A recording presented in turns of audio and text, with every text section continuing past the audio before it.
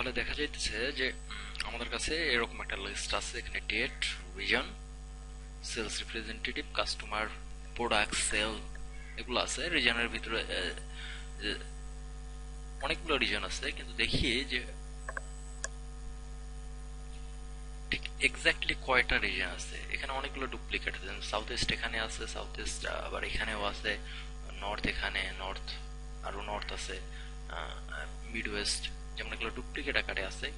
Exactly কয়টা আছে সেটা বের করি আমরা আলাদা একটা জায়গায় বের করি, এটা কপি করে নেই। কপি, এই সেলটা সিলেক্ট করে কন্ট্রোল শিফট ডাউন অ্যারো, ওটাই সিলেক্ট হয়ে গেছে, সি কপি হয়ে গেল। সাইডে কোথাও, সাইডে এইদিকে, এইদিকে স্ক্রিনের বাইরে এখানে আমরা পেস্ট করে নিলাম।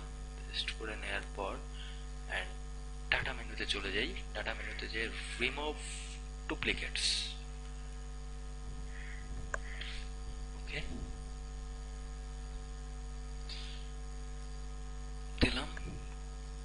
দেখা গেল যে এখানে টোটাল আছে আসলে কয়টা, 1 2 3 4 5, পাঁচটা জিনিস আছে। এই কাজটি আমরা করে নিব অন্যান্য এর ক্ষেত্রে, সেলস রিপ্রেজেন্টেটিভ এবং কাস্টমারের ক্ষেত্রে একইভাবে দুইটাই সিলেক্ট করে নেই।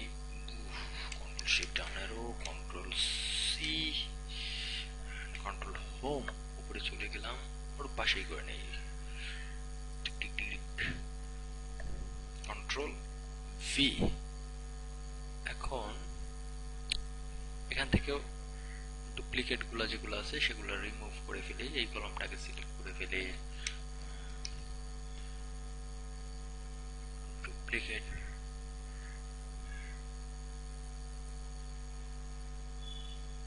continue with the current selection, set column, okay.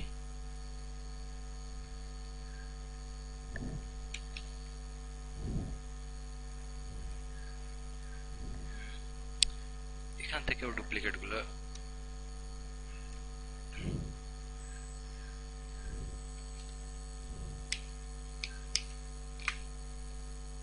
Remove করে ফেলি, continue with the current selection,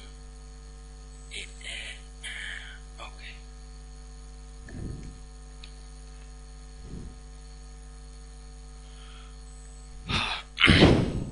এখন আমরা একটা ড্রপ ডাউন লিস্ট তৈরি করব। ড্রপ ডাউন লিস্ট তৈরি করে এখানে যেমন কাস্টমার, কাস্টমার কারা, ও সরি কাস্টমারের ইয়েটা আমরা করে নাই, কাস্টমারটা ইয়ে করে নেই। সেলস রিপ্রেজেন্টেটিভ কাস্টমার ইয়ে আছে, অ্যামাজন, অ্যামাজন ওডিএসডি, হাবি জাবি, এরা হচ্ছে কাস্টমার। এখানে একটা ড্রপ ডাউন লিস্ট তৈরি করব। Drop down list, drop down list তৈরি করার জন্য যা করতে হবে সেটা হইতেছে সেটা ক্লিক করি, ক্লিক করার পর data validation, data validation list, list যে আছে এখান থেকে আমরা লিস্টটা সিলেক্ট করি, ই এনাকে, ওকে।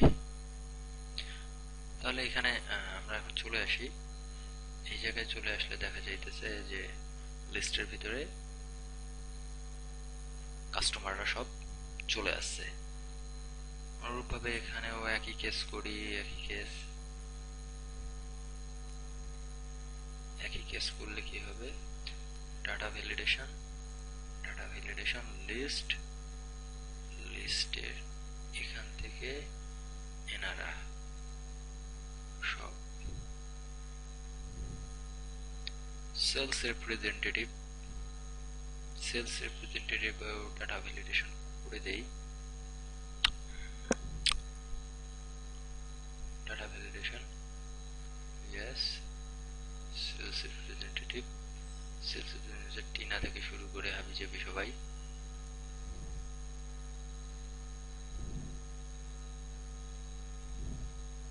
এরা হচ্ছে আমার সেলস রিপ্রেজেন্টেটিভ আলাদা আলাদা। আর এখানে আছে কাস্টমার, তো এটাও আবার একই case, data validation customer. Customer হচ্ছে এই লাইন,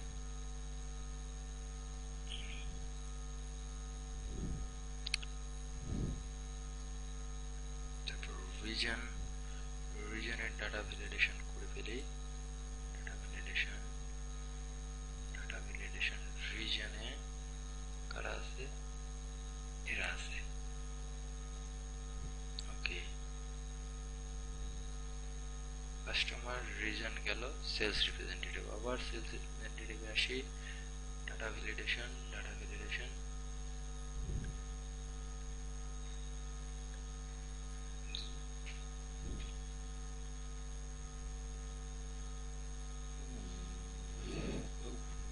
দূর।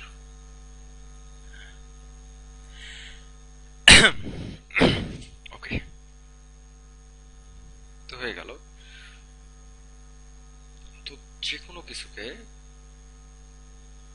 আমরা যদি সামিফ ফাংশনের যেহেতু শিখতেছি, সামিফ ফাংশনে যদি একটা কন্ডিশন থাকে, একটা কন্ডিশন মানে যদি কাস্টমার এখানে ধরেন যে টিনা যদি কাস্টমার হয়, টিনা কত সেল করছে, টোটাল সেলগুলো এই সেলে আমরা অ্যাড করতে চাই, বা অটোমেটিক চিন কতটুকু করছে বা ফ্র্যাঙ্ক কতটুকু করছে, এইটা যদি আমরা জানতে চাই, তাহলে আমাদেরকে কি করতে হবে, যে জিনিসটা করতে হবে সেটা হতেছে, সেটা কি, সেটা আমরা সামিফ ফাংশন ব্যবহার করি, ইকুয়াল সামিফ একটা কন্ডিশনের ক্ষেত্রে সামিফ রেঞ্জ হচ্ছে এই সেলটা সিলেক্ট করে কন্ট্রোল শিফট এন্টার, পুরো রেঞ্জ হচ্ছে, এটাকে লক করে দিলাম, কমা ক্রাইটেরিয়া এটা যদি এখানে যে সেলটি আছে সেটি হয়, যে নামটি আছে এই সেলের মধ্যে সেটা, কমা সাম রেঞ্জ, এটা পুরোটাই লক করে দিই F4। ইয়েস, মজার জিনিসও